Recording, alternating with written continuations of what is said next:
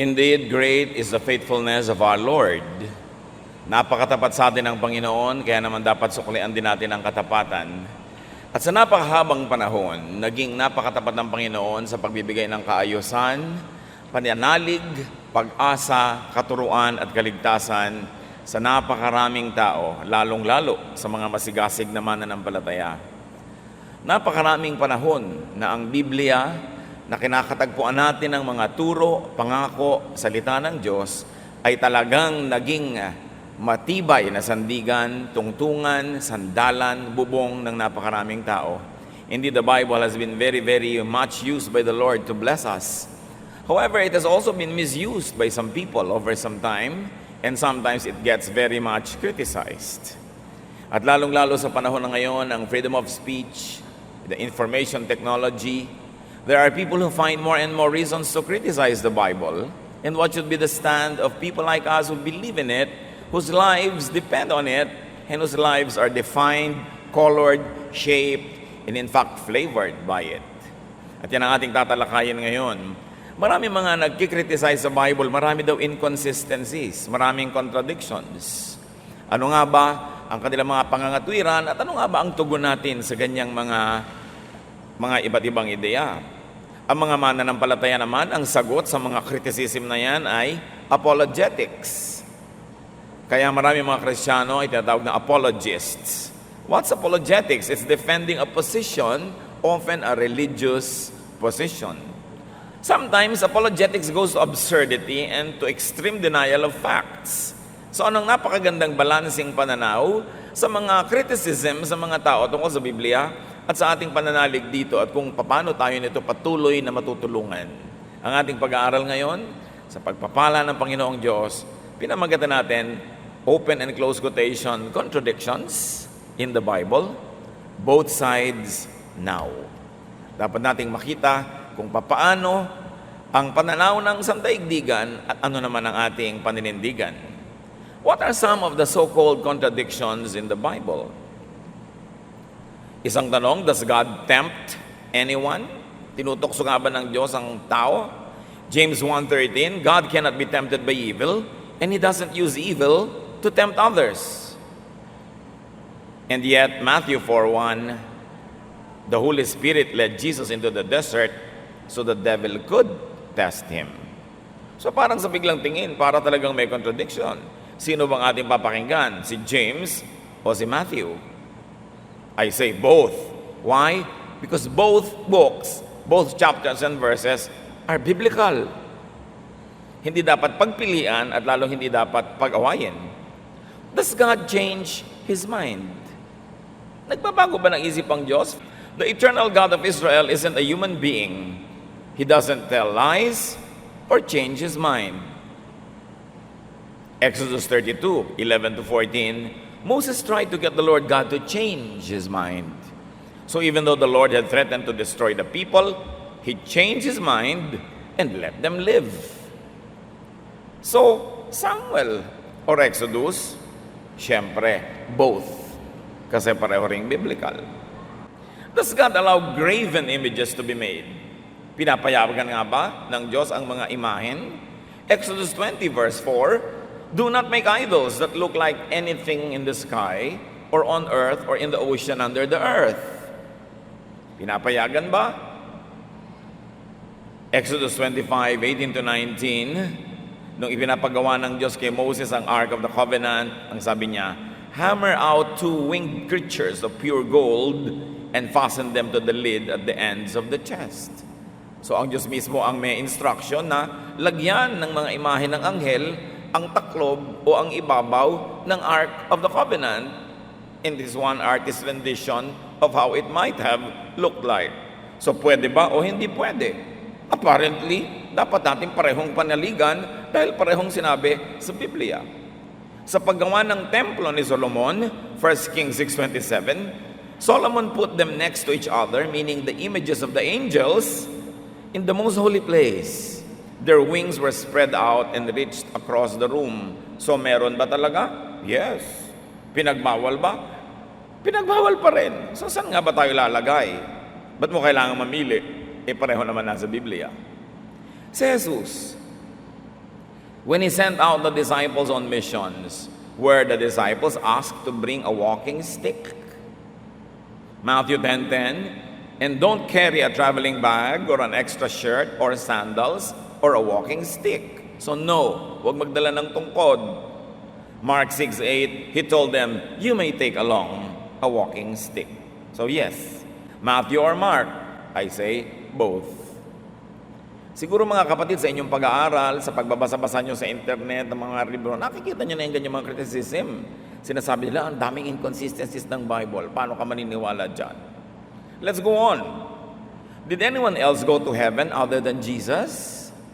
John 3:13, no one has gone up to heaven except the Son of Man who came from there. 2 Kings 2:11, Elijah and Elisha were walking along and talking, when suddenly there appeared between them a flaming chariot pulled by fiery horses. Right away, a strong wind took Elijah up into heaven. So, wala pa daw nakapunta roon, pero si Elijah naman, nauna na pala. Did Jesus want to make disciples of Jews only? Talaga bang mga Hudyo lang ang gusto ng Panginoon na paglingkuran at gawing mga disipulo? Matthew 15:24, Jesus said, I was sent only to the people of Israel. Yet Matthew 10:5-6, Jesus sent out 12 apostles with these instructions. Stay away from the Gentiles and don't go into any Samaritan town. Go only to the people of Israel. So pang Israel lang ba siya? Yes, according to those verses. But Matthew 28:19, go to the people of all nations and make them my disciples. No, hindi lang siya exclusive, pang buong mundo pala. So, Matthew or Mark? Both. Kasi parehong nasa Biblia. Will Jesus return in His disciples' lifetime? Bago nga ba mamatay yung mga disipulo niya at mawala sa mundo, magbabalik na siya? Luke 21:32, you can be sure that some of the people of this generation will still be alive when all of this take place. So, darating? 2 Peter 3:4, didn't your Lord promise to come back? Yet, the first leaders have already died, and the world hasn't changed a bit. Luke or Peter? Lifetime ba ng apostles or not?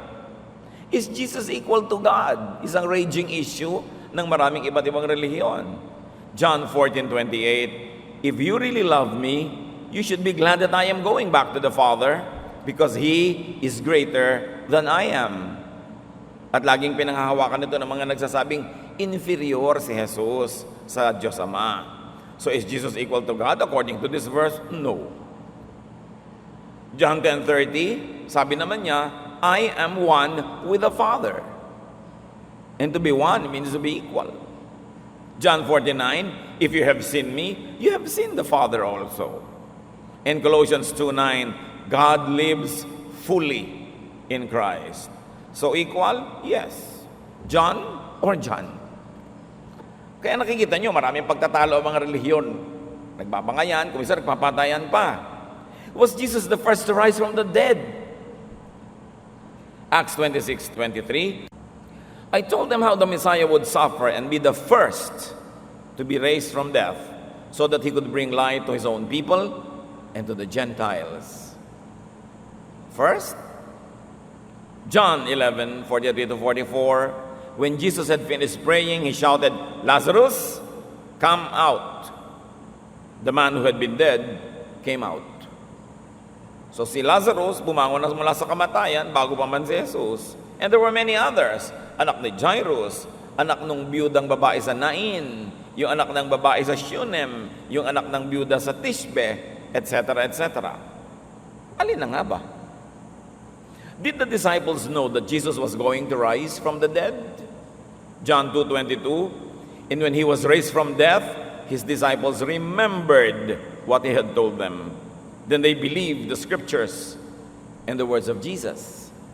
Yes, alam nila.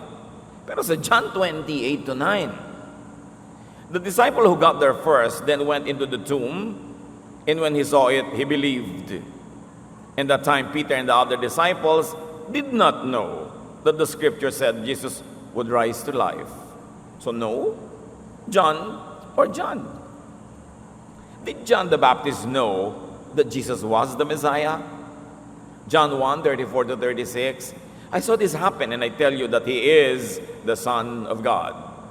The next day, John was there again, and two of his followers were with him. When he saw Jesus walking by, he said, "Here is the Lamb of God." So sabi ni John, ako nagpapatotoo sa inyo, nadinig ko ang tinig ng Diyos Ama sa langit, at sinasabing siya na nga ang Mesiyas. At nung naglalakad si Jesus, sabi niya sa mga followers niya, ayan, ang kordero ng Diyos na nag-aalis ng kasalanan ng sanlibutan. At ang mga followers niya, iniwan siya at sumunod kay Jesus. At sabi niya, He must increase, I must decrease. So alam ba niya? John 1 says yes. But Matthew 11:2-3, John was in prison when he heard what Christ was doing. So John sent some of his followers to ask Jesus, are you the one we should be looking for? Or must we wait for someone else? So dito naman, mukhang hindi niya alam. Did Paul's companions hear the voice that called him in Damascus? Kasi si Paul, nalaglag sa kabayo, may nadinig daw na tinig mula sa langit. Acts 9:7, the men with Saul stood there speechless. They had heard the voice, but they had not seen anyone.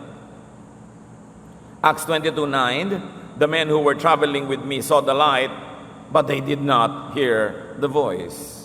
So narinig o hindi? At isa pang napakahalaga mga kapatid, is all scripture inspired by God?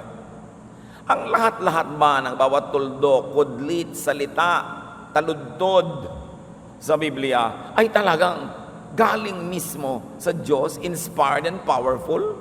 2 Timothy 3:16, everything in the scriptures is God's word. All of it is useful for teaching and helping people and for correcting them and showing them how to live. Yet, mga kapatid, Satan talks in scripture. Marami siyang kasinungalingan, pandarayang sinabi doon. Word of God ba yun?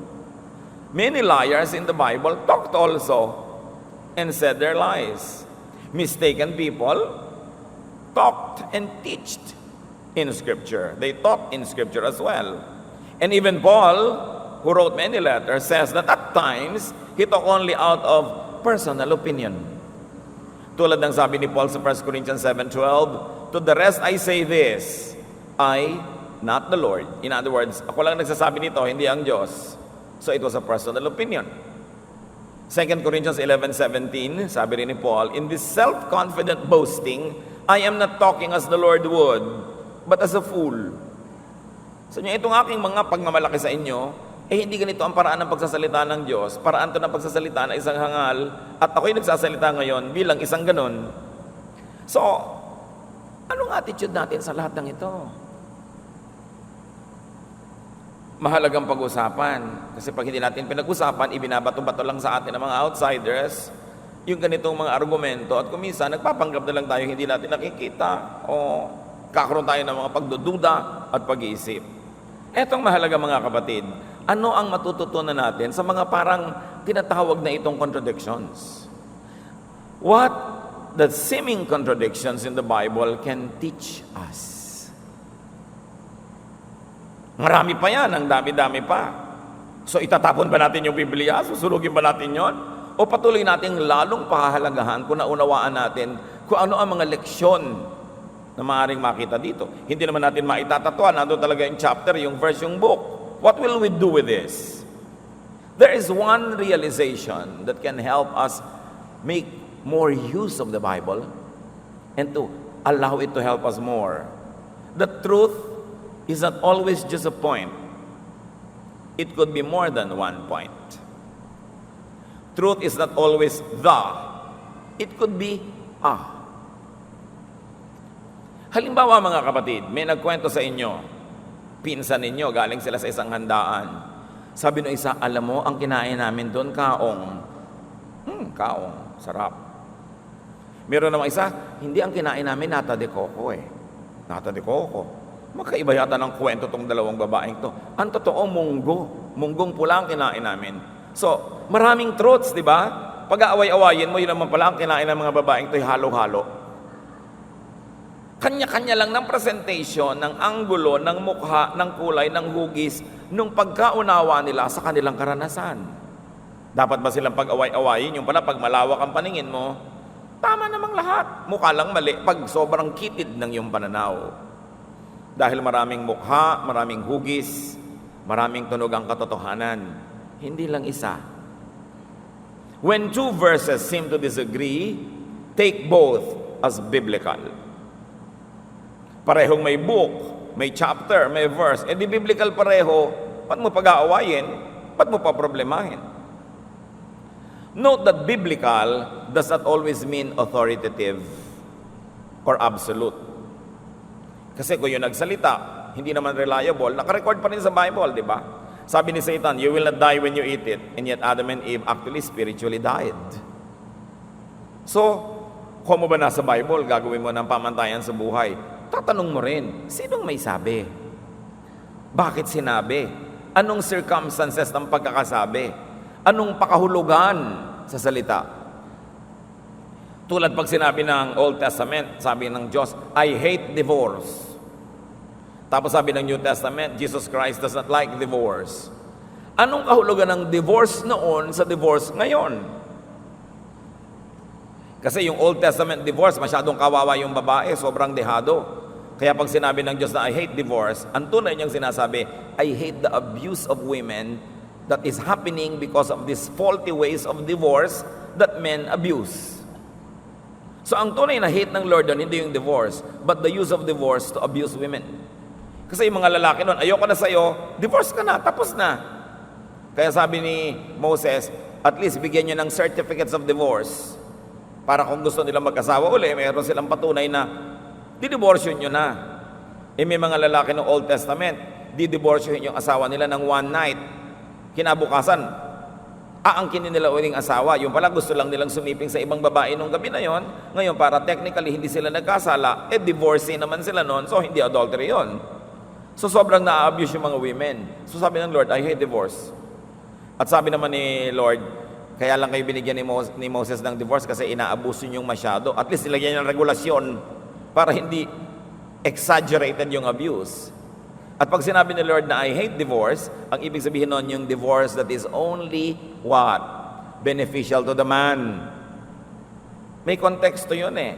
So yung bang salita noon at salita ngayon pareho? Hindi naman lagi, di ba? Nung araw nga yung bread, yung nabibili mo sa Batangas Bakery. Pero ngayon yung iba ang tawag sa pera bread.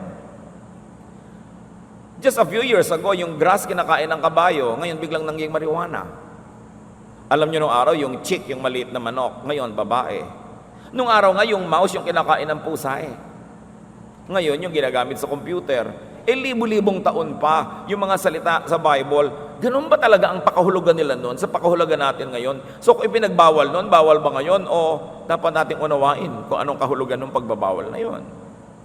Si Paul, tulad ng binanggit natin kanina, 1 Corinthians 7:12, to the rest I say this, I, not the Lord. If any brother has a wife who is not a believer, and she is willing to live with him, he must not divorce her. So sasabihin mo agad, you must not, sabi ni Paul. Pero sabi niya, I, not the Lord, says this. Opinion ko lang to. Kung gusto niyo sundin, di sundin niyo. Kung hindi, ako lang ang nagsasabi nito. Kapwa niyo lang ako tao. It was an opinion. And the epistles, even the gospels, are full of opinions of the people who spoke or who wrote them. So sinasala mo, alin dito ang gagawin kong amo sa buhay, yung pala naman opinion lang. O utos ng Diyos kay Noah, gumawa ka ng barko, nabasa mo, gagawa ka ngayon. Ikaw ba si Noah?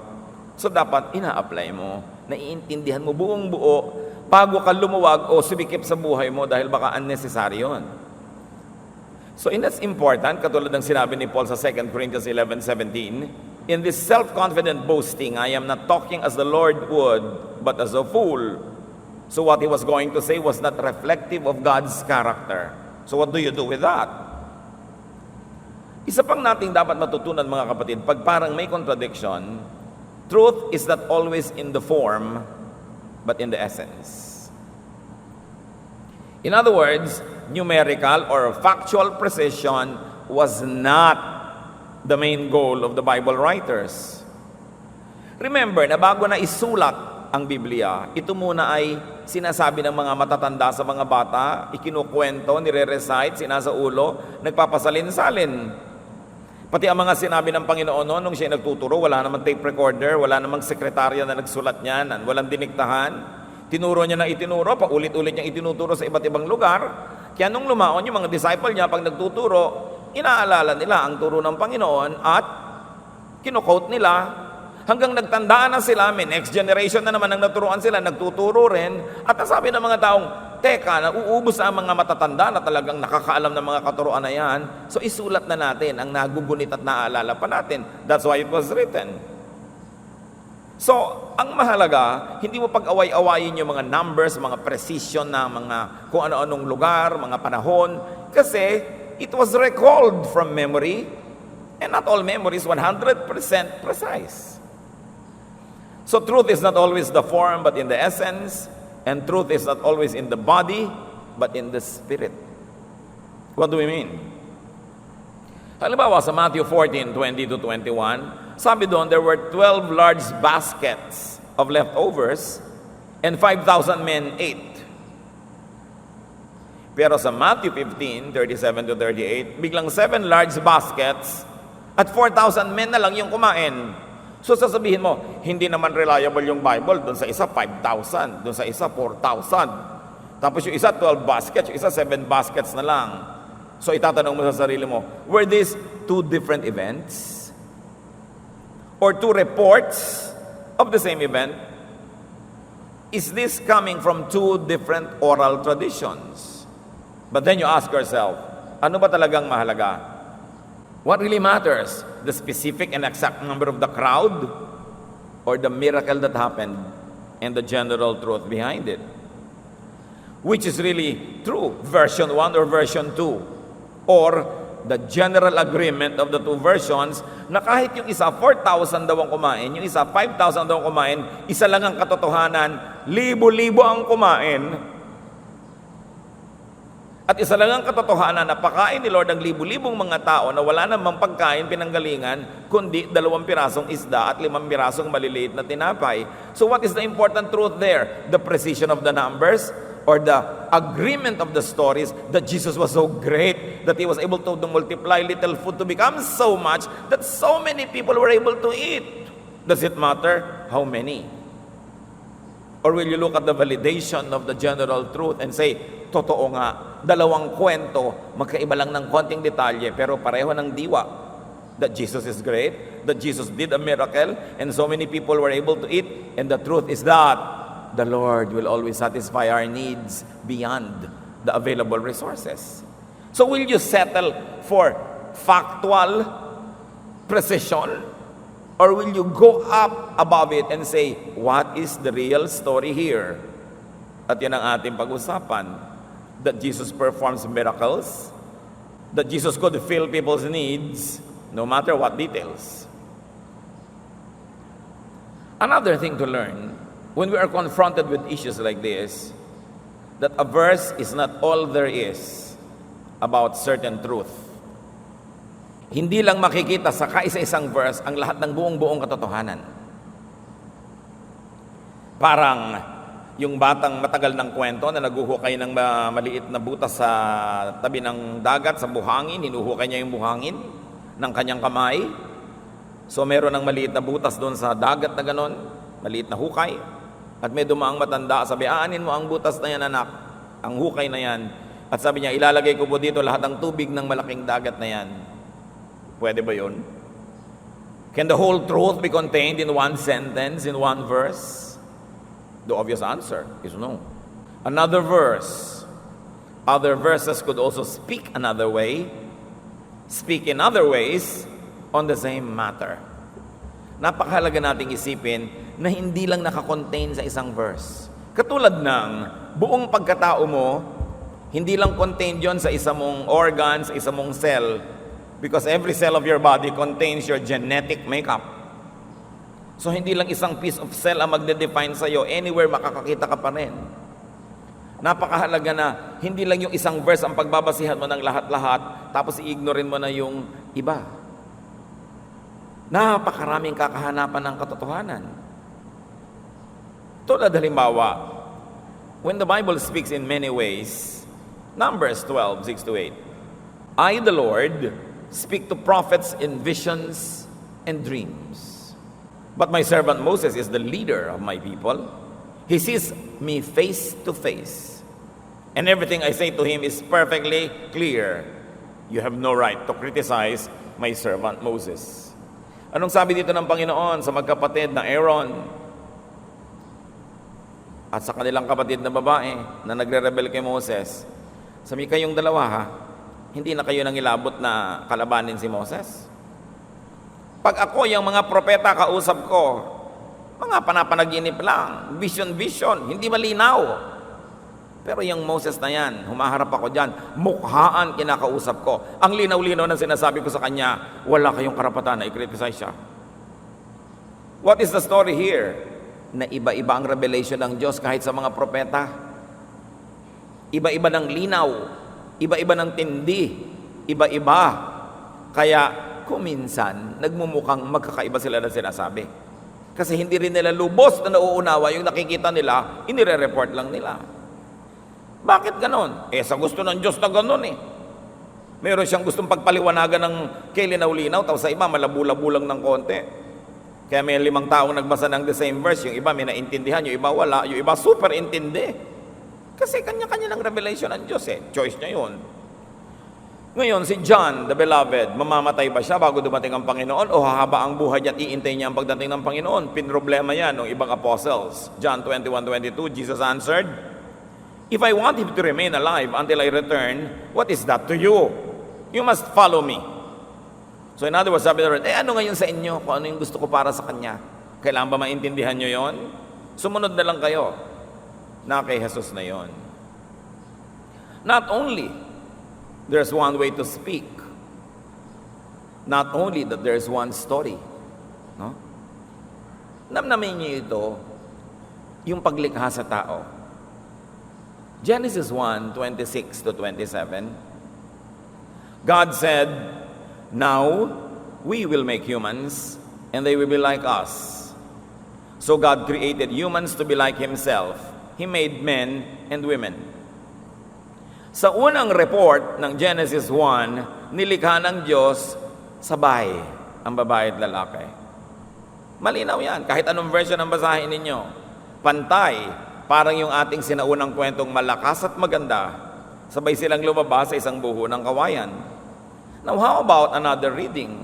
In the following chapter of Genesis, just the next chapter, Genesis 2:7, then the Lord God formed a man, isa na lang from the dust of the ground and breathed into his nostrils the breath of life, and the man became a living being. Genesis 2:18, the Lord God said, it is not good for the man to be alone. I will make a helper suitable for him. So clearly, nag-iisa naman ngayon.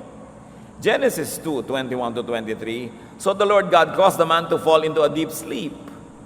And while he was sleeping, he took one of the man's ribs and then closed up the place with flesh. Then the Lord God made a woman from the rib he had taken out of the man, and he brought her to the man. The man said, this is now the bone of my bones and the flesh of my flesh. She shall be called woman, for she was taken out of man. So ngayon naman, una yung lalaki.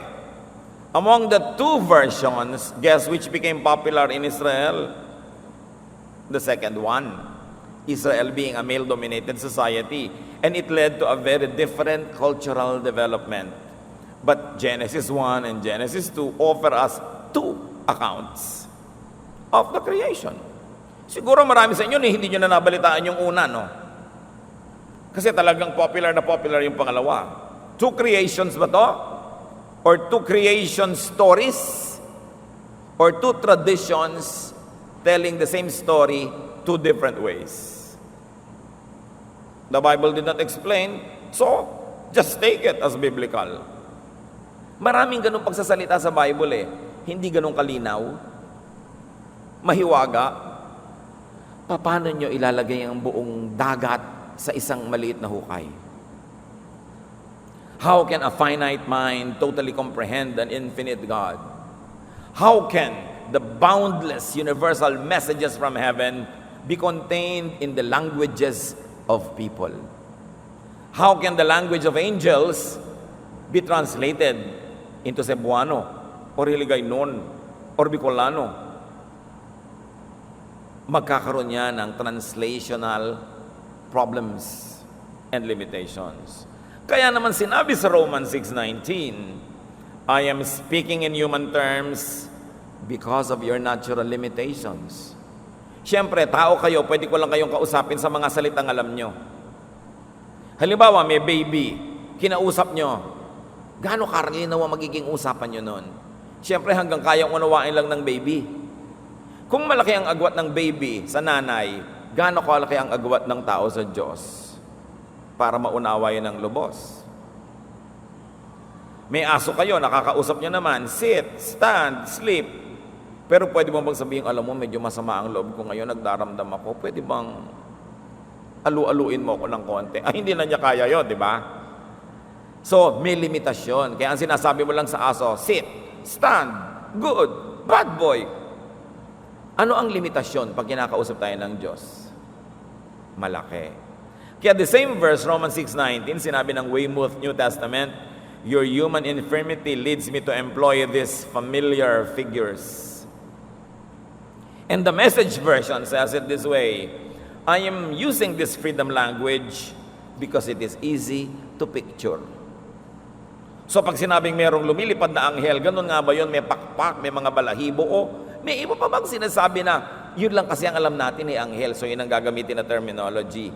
Gaano kalaki ang pangunawa. Kaya dapat nga ang hinahanap mo yung diwa, yung espiritu, hindi lang yung letra, hindi lang yung forma, kasi baka lumiit ang yung pangunawa. Biblical language is a concession. It is an accommodation of people's limits. Kaya mahalaga na may spiritual dimension ang pagbabasa, ang pag-aaral, ang pangunawa nito. Kasi maraming paraan ng pagsasabi, maraming paraan ng pagbasa. May mga nagpipilit naman, literal lang daw ang pagbasa sa Biblia. The Bible is a literary work. Naturally, may mga bagay dyan na literal, pero sobra kang malilimit pag ginawa mong literal lahat dahil marami talaga symbolic. Ang Panginoon nga may sasabihin, ang akala ng mga disciples niya, literal, kaya hindi nila naintindihan, yung pala talinghaga. Alam nga naman tanggalin mo ang talinghaga sa pag-unawa. Talaga bang matalinghaga magsalita yung matatanda noon? Una, maririnig nila ang mensahe ng Diyos, maybe in a spiritual language. Pero paano nila gagamitin sa wika nila? Pipili na sila ng mga limited words and vocabulary to write it. And yet, the way they write and they choose the words, matalinghaga pa rin. Dahil ganun talaga yung matatanda nung araw. Mga paligoy-ligoy, matatalinghaga, paulit-ulit. So may challenge na naman how to understand it now in our present generation. Yung bang sinasabi ng lola mo is what you think she's saying? Sabi ng lola mo, lagi ka na lang gabi-gabi nang umuwi. Di ba? Nagagalit ka ngayon, ang higpit ng lola mo, pero ang tunay niya palang sinasabi, inip na ako, miss na kita, sana aga-agahan mo naman ang dating mo. Pero iba yung words. That's what we mean, letter and spirit of the ideas. Masalimuot na gawain para umunawa ng mga espiritual na mga mensahe. Again, ang gagawin mo lang, kung may parang hindi nagkakasundong verses, huwag pag-awayin ang verses, at huwag ding pag-awayin ng versions. Meron pa magtatanong, ito lang po bang isang X version na ito, ang tanging kaisa-isang authorized, powerful, and blessed by God? Ang daming ang version, basahin mo lahat para kung ano yung hiyang sa'yo na language, ano yung kaya mong maintindihan na terminology, di yun ang bagay sa'yo. Yung iba kasi nilimit na nila yung salita ng Diyos, literal lang, at nilimit pa nila yung Biblia, isang version lang. Kaya committed ang pag-iisip. Kaya ka ba naman patayin ng ibang verse? Sabi ng isa, huwag kang magbabasa nitong version Y, kasi may mga mali-maling words dyan. Pero kaya ba akong patayin ng a few maling words? Because the same idea will be discussed in another book, in another chapter, in another verse, paulit-ulit. Kaya meron mang 2, 3, 5, 50 imprecise translations of the same idea. Sa natitirang 2,000 pang mga verses talking about it, lalabas pa rin yung dapat lumabas. The Word of God is unpoisonable. Dahil parang gin siyan.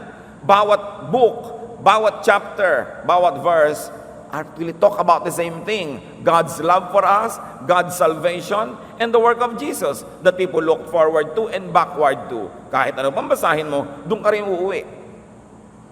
Kaya may mga words man halimbawa na iba yung translation ng King James, iba yung NIV, iba yung CEV. Huwag niyo pag-away-awayan, di basahin niyo lahat para makita niyo yung mas malawak na trabaho ng mga scholars. Importante, hindi ka limited to one verse. May mga relihiyon, one verse lang talaga tinutungtungan nila, yun na. Tapos one version lang ang binabasa, yun na. Paano kung ang tanda-tanda na nung version? Na yung chick ay manok, na yung bread ay tinapay, at hindi nag-adjust sa modern language, mawawala ka na. Isang lesson mga kapatid, pag nakakita tayo ng parang mga pagkakaiba-iba, do not kill or die for just one verse or for just one version. Beware of one verse theology. Do not let one verse make you so sure. Look at other verses that talk about the same thing. Katulad nga nun, 4,000 o 5,000, doon pa pag-aawayan, ang mahalaga lahat sila above 3,000. Hindi pa ba sapat yun? O ang kumain, di ba? Ang natira, 7 baskets o 12. Does it really matter? Bakit tayo mag-aaway dyan? Ang mahalaga, ang daming natira. Do not let one verse make you judgmental. Pag nakakita kayo ng mga judgmental people, usually one verse theology yung mga yon. Yun lang isang verse, doon lang sila nakakapit. Wala nang iba. Don't let one verse make you cruel or unkind. Because another verse on the same topic could teach or allow you to be kind and accommodating. Bakit may mga mahihigpit at may maluwag? Parehong mananampalataya. Bakit may mabagsik at mayroong nourishing? Bakit may malupit at may maawain? Pare-parehong believers. Kasi pare-parehong meron silang pwedeng tungtungan sa Bible eh. Kaya lang ang problema, pinipili lang nilang tumungtong sa isa at hindi nila tinutungtungan lahat. Halimbawa, Numbers 15, 32 to 36. When the Israelites were in the wilderness, a man was found gathering wood on the Sabbath day. Those who found him gathering wood brought him to Moses and Aaron and the whole assembly, and they kept him in custody because it was not clear what should be done to him. Then the Lord said to Moses, "The man must die. The whole assembly must stone him outside the camp." So the assembly took him outside the camp and stoned him to death, as the Lord commanded Moses. Pinagbabawal magtrabaho ng Sabado. May nahuling isang bata, nangangahoy, nangunguha ng mga tuyong kahoy panggatong, Sabado. Parusa, stone to death. So yung mga mahigpit, pwede nila tungtungan. Stone to death everybody, kasi may verse. So put the Sabbath breaker to death, or break the Sabbath to give life. As in Mark 2, 23 to 27. One Sabbath, Jesus was going through the grain fields, and his disciples walked along. They began to pick some heads of grain. Pareho lang ng kwento. Sabat yung nauna, namulot ng mga kahoy. Ito naman, Sabat pa rin, namitas ng makakain.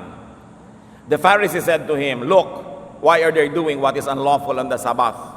He answered, "Have you never read what David did when he and his companions were very hungry and in need? In the days of Abiathar, the high priest, David entered the house of God and ate the consecrated bread, which is lawful only for priests to eat. And he also gave some to his companions. Then he said to them, the Sabbath was made for man, not man for the Sabbath." Isang lalaking nangangahoy, pinatay. Same day, Sabbath, namimitas naman ng bungang kahoy ang mga disciples, at sabi ng mga pare, dapat patayin yan Sabbath. Sabi ni Lord, basa kayo ng basa ng Bible, hindi nyo ba na basa yung tungkol kay David noong unang panahon? Nagutom, walang makain, pinasok yung templo, at kinain yung tinapay na para lang sa mga pare na nandun, banal na tinapay, nasa altar. At hindi siya nasiyang kumain mag-isa, pinakain niya sa hukbo lahat ng mga tinapay ng pare. Napagalitan ba siya ng Diyos? Hindi. Tapos sabi ni Lord, alam niyo ba na ang Sabbath itinuro para sa kabubuti ng tao? At hindi yung Sabbath ay Panginoon ng tao? So, sino ngayon susundin niyo dyan? Patayin o hindi patayin? Kaya merong maluwag at may mahigpit kasi namimili ng tutungtungan. Parehong may verse. Jesus affirms David's questionable act. Bakit kaya ipinadala si Jesus? Kumpleto naman ang mga nakasulat. Kumpleto ang dami-dami mga propeta. Bakit ipinadala? Kasi sobra ng naligawang tao, ang nangibabaw na nang nagibabaw sa kanila, legalismo, judgmentalism, legalism, ibinalik ni Jesus ang pananalig sa kabaitan ng Diyos, hindi sa kahigpitan. Kasi kung okay na yung dating system, ba't pa ipinadala si Jesus? Sabi sa Bible, in the fullness of time, God sent forth His Son.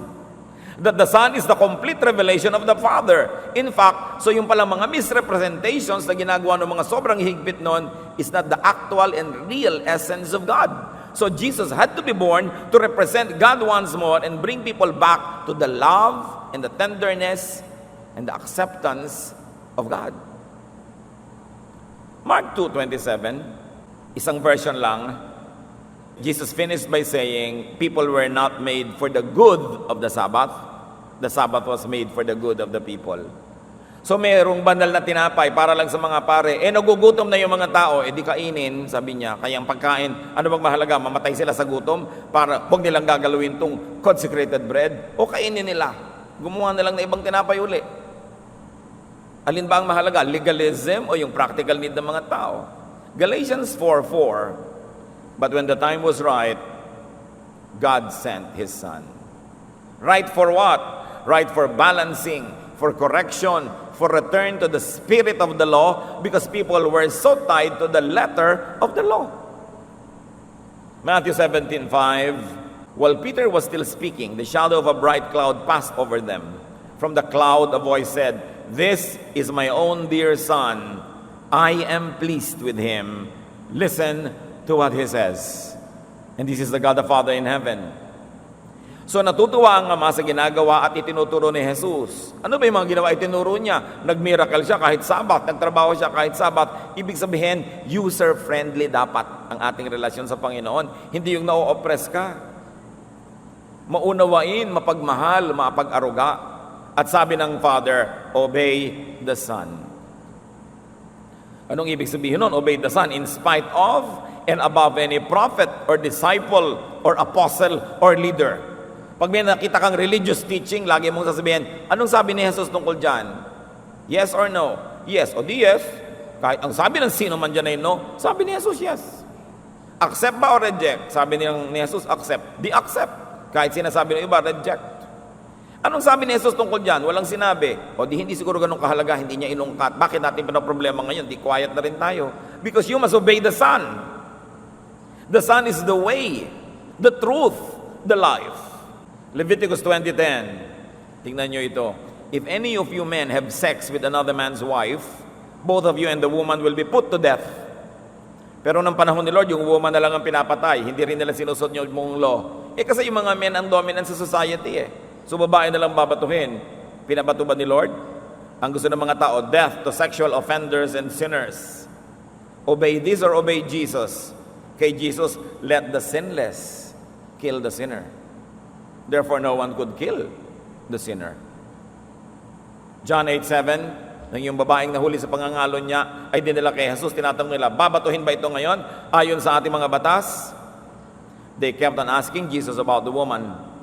Finally, He stood up and said, if any one of you have never sinned, then go ahead and throw the first stone at her. Effectively, the Old Testament says death to the adulterer, and Jesus says no death for the adulterer. And remember, God in heaven said, obey my Son. Christian, how much do you obey Jesus? O sa ating pagiging legalistic, judgmental, hindi na pala si Jesus ang nasusunod natin, Pharisee na. Priest na pala, o modern day Pharisee. Deuteronomy 21:18-21, Moses said to Israel, A father and a mother may have a stubborn and rebellious son who refuses to obey them even after he has been punished. If a son is like that, his parents must drag him to the town gate where the leaders of the town hold their meetings. The parents will tell the leaders, "This son of ours is stubborn and never obeys. He spends all of his time drinking and partying." The men of the town will stone that son to death because they must get rid of the evil he brought into the community. O baka may anak kayong mahilig mag-party, umiinom, dali nyo rito, let's stone the child to death. Payag kayo. Sabi naman sa Ephesians 6:4, influenced by the love of Jesus, parents, don't be hard on your children. Raise them properly. Teach them and instruct them about the Lord. So don't be hard. So babatuhin nyo or not. Kaya may mahigpit, hinahawakan yung pambabato. Kaya naman merong mas maluwag, ito yung pinangahawakan. Pareho lang naman biblikal. Saan naman nyo gustong tumayo? Kaya yung mga nagsasabi, Pastor, di po ba yung mga sexual offenders, mga blah blah blah, kailangan stone to death? O yung anak mong makulit, dalhin mo rin dito, stone to death din natin. Ay, wag naman po. Bakit yung anak mo ayaw mong ipabato? Tapos yung sexual offender doon, gusto mong ipabato. So namimili ka lang ng i-apply mo. Kailangan di po ba sundin natin ang 10 Commandments, blah, blah, blah, blah, blah, blah, galit na galit sa mga kamag-anak na may mga rebulto, kailangan po palakulin, sirain, sunugin. O sige, pero bakit pumapasok kapag Sabado? Di sundin mo rin yung Sabat. Ba't ka namimili? Ang higpit-higpit mo sa konti na paborito mo because it favors you, bagay sa karakter mo, so pangahawakan mo yung verse to oppress others. Pero yung iba, hindi mo pinapansin. So anong gagawin natin? Obey the Son. Because God is well pleased with the Son. So what to do with conflicting verses? Huwag paglabanin. Huwag niyong hayaan yung mga kritik ng Bible na bigla na lamang tayong binabarabara tungkol sa mga ganito. Dahil sabi natin, ganyan talaga ang pagsasabi ng truth. It's not always just a point. There are many points. Huwag problemahin. Huwag gawing pampahina ng pananalig, kundi pampalakas. Saan natin gagamitin na may iba't ibang verses on the same thing? Gamitin sa ikabubuti. Gamitin sa kabutihan. Take the two extreme points as true and all the points in between as also true. What do I mean? Halimbawa, may idea A. Sabi ng idea A, dapat ang baptism ay immersion. Diba? May ganyan. May verses yan. Idea B, pwede ng sprinkling. May verses din yan. Pinag-aaway-awayan niya ng mga Kristiyano, daang taon na. O di, may lagnat ka ngayon, di sprinkling na lang. Diba? Ngayon, gusto mo naman, may tubig, masarap naman maligo, edi, immersion. Ngayon, ayaw mo naman pa-immerse, marami-rami ng tubig, edi, pouring, nasa gitna ka. Methodist, di ba? Pagka A, immersion, Baptist, di ba? Pagka naman B, sprinkling, yung mga iba pa rin mga sekta. Ba't kayo mag-aaway? Pare-pareho may verse. Di kanya-kanyang trip. Gusto mo ng swimming, pouring. Gusto mo ng talagang lulubog ka pa, edi immersion. Ganon yon.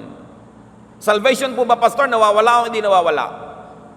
May mga verses talagang A na parang sinasabing nawawala. May B na hindi talaga nawawala. O ba't naman kayo mag-aaway? Ang tagal na niyan, di rin masisettle. Di gusto mong nawawala pala, o takutin mo sarili mo para lagi ka magpakabanal, di sa nawawala ka. Paano po yung mga member namin, pagka hindi na yun mawawala, nagiging tamad, di sabihin mo nawawala. Paano naman po yung mga member namin, kaya nawawala ka hindi, ang sisipag, laging malapit sa Panginoon, di bigyan mo sila ng peace, hindi nawawala. Pareho namang may verse why quarrel? So may makasalanan po, will we punish or will we forgive? Gusto mo ba na i-apply yung Old Testament? Batuhin natin. Gusto mo i-apply sa Panginoon? Sabi niya, forgive 70 times 7. Parehong may verse. Why quarrel? Mga kapatid, ang pagkakaiba-iba ng higpit ng mga Kristiyano, judgmentalism, legalism, hindi dahil sila'y banal. Dahil lang ganun talaga sila. Kaya ang pinipili nila, yung mga verses na bagay sa gusto nila. Parang namimili ka ng prutas, ito gusto ko, ito ayaw ko, ito gusto ko. Pero ang Bible, pakyaw. Lahat-lahat. Hindi mo pwedeng pagpili-pilian yan. So conservative po ba ang gagawin naming music, organ lang, o yung may mga drums? Pareho namang may basis yan, di ko anong gusto nyo. Ang tatanda na po ng mga member namin, ayaw ng drum, di organ. Mga bata po member namin na iinip, di lagyan nyo ng drum. Bakit natin po problemahin yan? Hindi naman yan ang problema, yung letter of the music, but the spirit of the music. Are you making music for God? Yes. Does it matter kung anong instrument? Kaya may nagsasabi, naku, huwag kayong pupunta sa day by day, may tumatawag sila ng demonyo doon pag nagwa-worship kasi may gong, may dumating na ba? Tingnan nyo katabi nyo, baka naman meron nga, di ba? Meron ba? So ang point, saan yun galing? Ayaw lang nila. Pinalaki lang silang ayaw yun. Tapos magtatago sila sa saya ng Diyos. Sabihin, ayaw yan ng Diyos. Sila lang may ayaw. Siyempre may mapaproduce silang verse. Yung kabila may verse din. So ano ba kayong klaseng Christian? Silent night, puro hymnals? O joy to the world, Christian? Does it matter? So anong mahalaga na governance sa isang church? Authoritarian ba? Yung may isa lang leader? O maraming mga board na ibinoboto? Democratic? Whatever helps you. Where will you stand? Stand where you could rest. Ba't ka naman pipili ng stand na nakakapagod? May pagpipilian ka naman na hindi. Pareho lang biblical. Stand where you could maximize good and minimize evil and pain. Yung mga tao, hirap na nga sa buhay. Gina-judge left and right, kinakawawa. Pagdating sa church, ganun na naman ang gagawin mo, ipupwera mo na naman dahil may nakaraan. Hindi mo papasalihin sa choir dahil dumaan na siya sa 3 lalaki sa buhay niya. So, pahirap na naman yan, rejection na naman, ba't pa nagka-church? Stand where you could be kind and accommodating. Stand where you could be better and kinder. Stand where you could be more like Jesus. So itatanong mo, kung si Jesus ang tatanungin niya ngayon, anong sasagot niya? Siya ang papipiliin, anong pipiliin niya? Remember, Christian tayo, and what we should do is put Christ back to Christianity. Kasi nanaig na naman yung mga Pharisees, yung mga tradisyon, yung mga bishop, yung mga kung sino-sino, na wala na si Jesus. Dapat ibalik si Jesus sa Christianity. Ngayon, kung may nagturo na sa inyo nung araw, may nauna ng ideya sa inyong isip, do not limit yourself to your known and preferred truth. Do not limit yourself to your brainwashed version of truth. Tingnan ninyo, kung maraming verses, take them all. Apply this principle to your religious faith.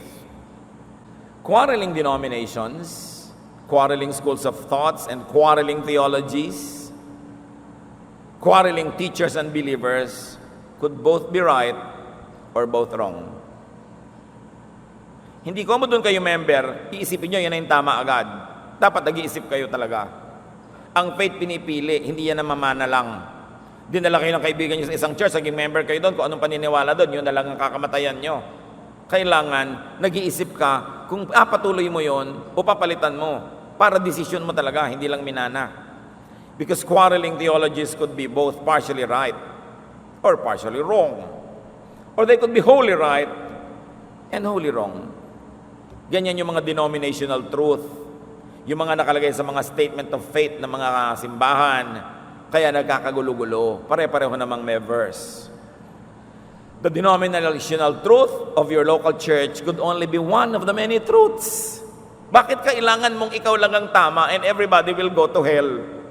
Bakit kailangan mong sumaya na ikaw lang yung tama at lahat ay mali? Ba't hindi mo hanapan ng tama ang sarili mo at mali rin?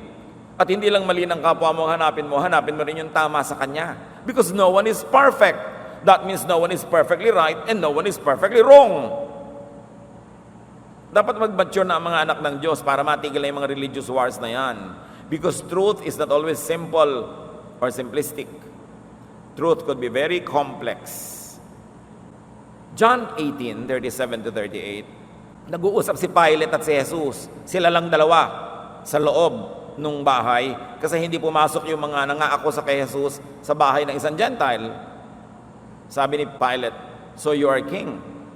Pilate replied, "You are saying that I am king." Jesus told him,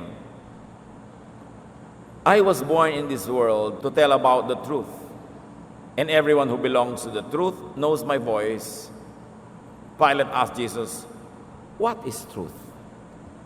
Ang lalim na usapan, ang ganda-gandang interview. Sabi ni Pilate, so hari ka pala. Sabi naman ni Lord, ikaw ang nagsasabing hari ako. In other words, hindi ko sabi yan, sabi mo. Isinilang ako para magturo ng katotohanan. Yung kasali talaga sa katotohanan, madidinig ako at maintindihan. The unsaid is, yung talagang wala sa katotohanan, kahit anong mangyari, hindi niya ito maintindihan. Sabi bigla ni Pilate, ano ba ang katotohanan? Ang gandang usapan, dahil yan talagang dapat hinahanap natin sa buhay. Ano ba ang katotohanan? Hindi lang yung ano ba ang totoo. Ano ba ang katotohanan? Mas malaki yun eh. Diba? Halimbawa, ano ba ang totoo? Babae, natulog ka ba sa ibang bahay nung gabi na yun na wala ang mister mo or not? Ang totoo, natulog ka. Pero ang katotohanan, either nagtataksil ka pala o nag-overtime ka ng trabaho doon. So, may totoo at may katotohanan. May spirit at may letter ang bawat bagay. Ang dapat tinitingnan natin yung spirit.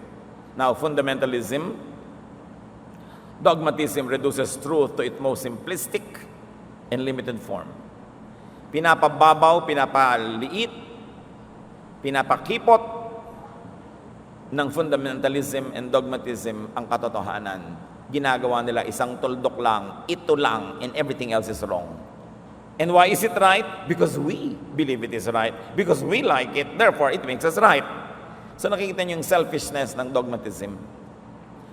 Truth that is reduced, oversimplified, and manipulated could take the form of untruth. Kahit totoo yan, pag mali ang gamit, masama na rin. Parang gamot. Sabi, iinom po kayo nito, iinumin nyo lahat itong 30 tablets. Opo, ininom mo lahat sabay-sabay, namatay ka. Tama pa rin, ininom mo. The letter was followed, but not the spirit. The spirit says, isa sa isang araw. So, hindi ko mo tama yung ginagawa mo manually, methodically, tama ka na nga. But then, let's remember, Jesus is the way. Yan ang sabi ng John 14:6. And the Jesus movement was called the way. Hindi naman sila tinawag doon na Christianity eh. Ang unang tawag, the way, yung daan. Acts 9:2, if he found any there who belonged to the way, he might take them as prisoners. So what is the way? The Jesus way is the way. Matthew 11:28-30 tells us of the Jesus way. If you are tired from carrying heavy burdens, come to me and I'll give you rest. Take the yoke I give you, put it on your shoulders and learn from me. I am gentle and humble, and you will find rest. This yoke is easy to bear, and this burden is light. This is the description of the ministry of Jesus, of the way of Jesus, and this should be the description of our ministries, how we deal with each other, and how we do church. What is the Jesus way? It is the kinder stand. It is the easier burden. Bakit papahirapin? Pwede naman padaliin.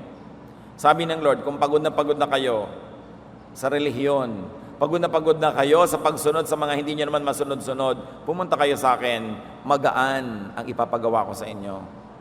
I am humble, I am gentle. It is the way that you would like to take when you or your loved one fall short of God's glory. Gagawa ka ng policy ng church. Anong gagawin sa mga batang hindi pa kasal ay nagbubuntis? Di ang strict mo, blah, blah, blah, blah, blah, blah. Pero itanong mo, kung nangyari sa anak mo yon, anong gusto mong policy? So you take the kinder way, dahil hindi lang yung anak mo ang lahat, dahil tayo lahat ay galing sa Diyos, magkakapatid, magkakamag-anak. Paano mo gustong itrato kung kayo nagkasala at nahuli sa akto? Gusto mong kalad ka rin ka at ibisa sa lahat? Kung ayaw mo noon, ba't mo gagawin sa iba? Sabi ni Lord, do unto others as you would have them do unto you. Kung ayaw mong usig-usigin ka pag nagkamali ka, ba't ka nang uusig? Kung ayaw mong i-bulletin board ka, ipulpito ka, ipahiya, bakit gusto mo mangyari sa kapwa mo yun? The Jesus way is the kind way. But yan, if you want to be unkind, you can find a verse. You will always have a verse. Stone people to death. Kill them. But is that the Jesus way? Kaya nga ipinadala yung anak para timplahin ang sumobra, balansihin ang tumimbuang na at tumaob, at ibalik ang pag-ibig sa pananalig. Hindi lang yung literal at legal na mga do's and don'ts. 2 or more verses of the same story, of the same issue, of the same teaching. What do you do with that? Take both. Take all as biblical. And thank God because now you can choose where you like to stand. Dahil parehong meron. You will choose. You will choose a life verse. You will choose a way to deal with people. Choose that which is kinder, loving, nurturing, because it is the way of Jesus. Piliin mo kung ano yung hiyang at likas sa'yo, kung ano yung magaan. Bakit pipilitin mong Ingles ang service kung Tagalog naman ang most of the people? Bakit pipilitin mo ng Ingles kung nandun ka sa Ifugao na nasa isa kang tribo doon na ang gusto nila yung kanilang wika? Dapat pinipili mo kung ano yung hiyang, kung ano yung user-friendly. Pare-pareho lang naman ang halaga yung mga languages, mga format. Ang mahalaga, alin ang magaan, alin ang hiyang, alin ang kapakipakinabang. Ito yun ang gamitin. May nagsasabi, Pastor, magpapapasok po ba tayo ng mga naka-jogging pants? Di po ba dapat dress? Marami nagja-jogging dyan, pauuwiin mo pa para magbihis. Buti nga attend. So ano yung maluwag? Ano yung magaan? Ba't ang arte-arte natin tungkol sa damit? Basta manuwag hubot-hubad dyan na naligalig na tayo nung dumaan siya. Bakit kailangan sobrang mahigpit, sobrang maarte? No? Whatever you choose, whatever verse you like to live by, do not judge. Do not belittle, do not demonize the other choices and the other choosers.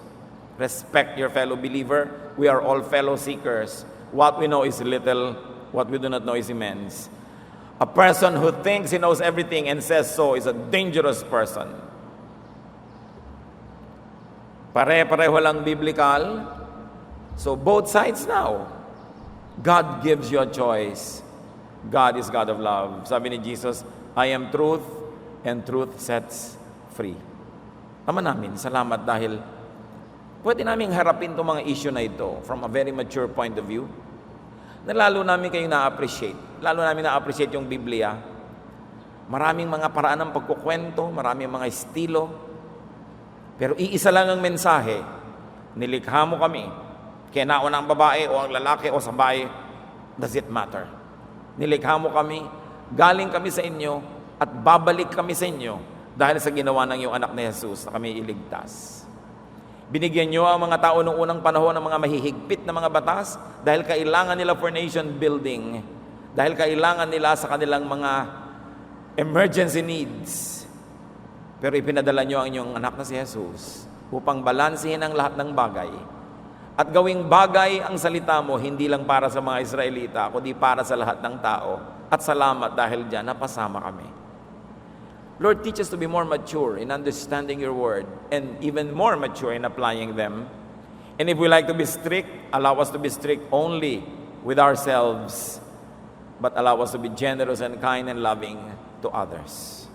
Pagbulay-bulayan natin ng mga kapatid ang kahulugan ng mga pinag-aralan natin na ito, at kung ano ang magandang bunga nito sa pagbabasa natin, pag-unawa ng Biblia, pagtuturo nito at pagsunod sa mga nakasaad dito. Ama, buksan mo ang aming isip. Lahat kami magkaroon ng very beautiful and practical applications of what we have just heard. Father, be with us in spirit.